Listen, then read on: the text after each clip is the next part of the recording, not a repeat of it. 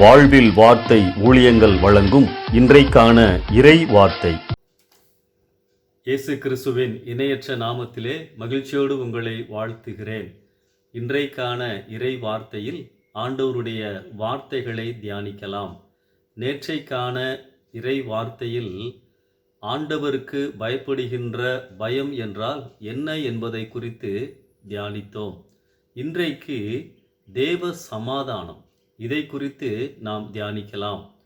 நம் எல்லா ஆலய வழிபாடுகளிலும் அதை நடத்துகின்ற ஆயர் எந்த டினாமினேஷனாக இருந்தாலும் கடைசியில் சொல்லுகின்ற வார்த்தை சமாதானத்தோடே போய் வாருங்கள். பல மன உளைச்சல்களோடு பிரச்சனைகளோடு நாம் ஆலயத்துக்கு வருகிறோம். இன்று உலகில் காணப்படும் முக்கிய பிரச்சனை சமாதானம் இன்மைதான். இன்று மனிதர்களுக்கு இடையே, சமுதாயங்களுக்கு இடையே, நாடுகளுக்கு இடையே சமாதானம் இல்லை. எல்லா மதங்களும் சமாதானத்தை உயர்த்தி பிடிக்கின்றன. சமாதானத்தை குறித்து வேதம் என்ன சொல்லுகின்றது? எரேமியா 33 அதிகாரம் 6 இதோ நான் அவர்களுக்கு சௌக்கியமும் ஆரோக்கியமும் வரப்பண்ணி அவர்களை குணமாக்கி அவர்களுக்கு பரிபூர்ண சமாதானத்தையும் சத்தியத்தையும் வெளிப்படுத்துவேன். ஆண்டவர் நம் ஒவ்வொருவருக்கும் பரிபூர்ண சமாதானத்தை தருவேன் என்று கூறுகிறார். இந்த தேவ சமாதானம்தான் நமக்கு தேவை. சமாதானம் என்ற வார்த்தைக்கு எபிரேய வார்த்தை ஷாலோம் என்பதாகும். யூதர்கள் அந்நாட்களில் ஒருவரை ஒருவர் சந்திக்கின்ற பொழுது ஷாலோம் என்று சொல்லி வாழ்த்துவார்கள். பிலிப்பியர் 4 அதிகாரம் 7 பவுல் இப்படியாய் எழுதுகின்றார்.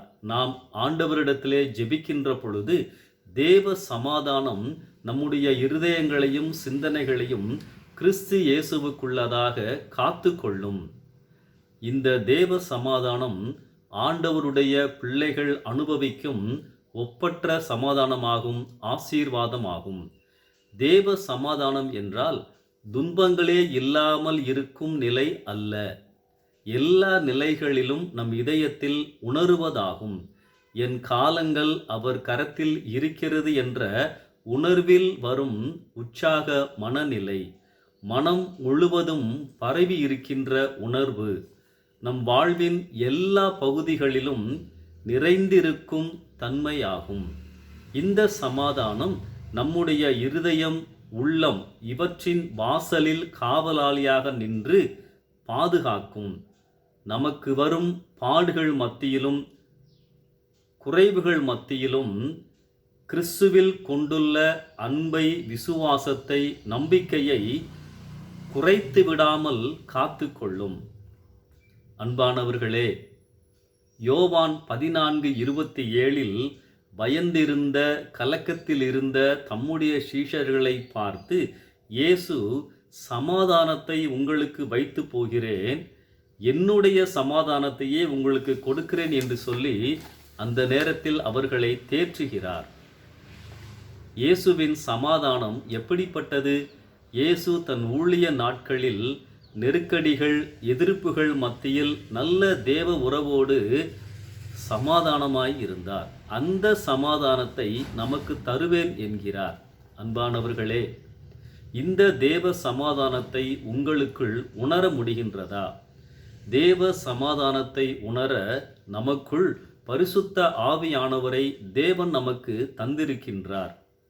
விசுவாசத்தோடு, நம்பிக்கையோடு அவருடைய வார்த்தைகளுக்கு கீழ்ப்படிந்து வாழும் பொழுது தெய்வீக சமாதானம் நமக்குள் எப்போதும் இருக்கும்.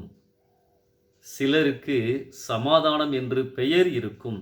ஆனால் இப்படி சொல்லுவார்கள், என்னுடைய சமாதானம் பெரியப்பாவோடு எப்பொழுதும் சண்டைதான். ஆம், இந்த சமாதானம் பேருக்கு சமாதானம். அப்படியல்ல. சமாதானத்தை நம் வாழ்க்கையிலே அனுபவிக்கிறவர்களாக நாம் இருக்க வேண்டும். சமாதானத்தை கண்டுபிடிக்கிறவர்களாய் நாம் இருப்போம்.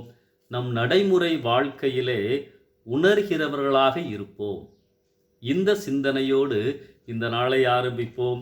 இந்த தெய்வீக சமாதானம் இன்றைக்கு உங்கள் வாழ்க்கையிலே நிறைவாய் காணப்படுவதாக. ஆமென்.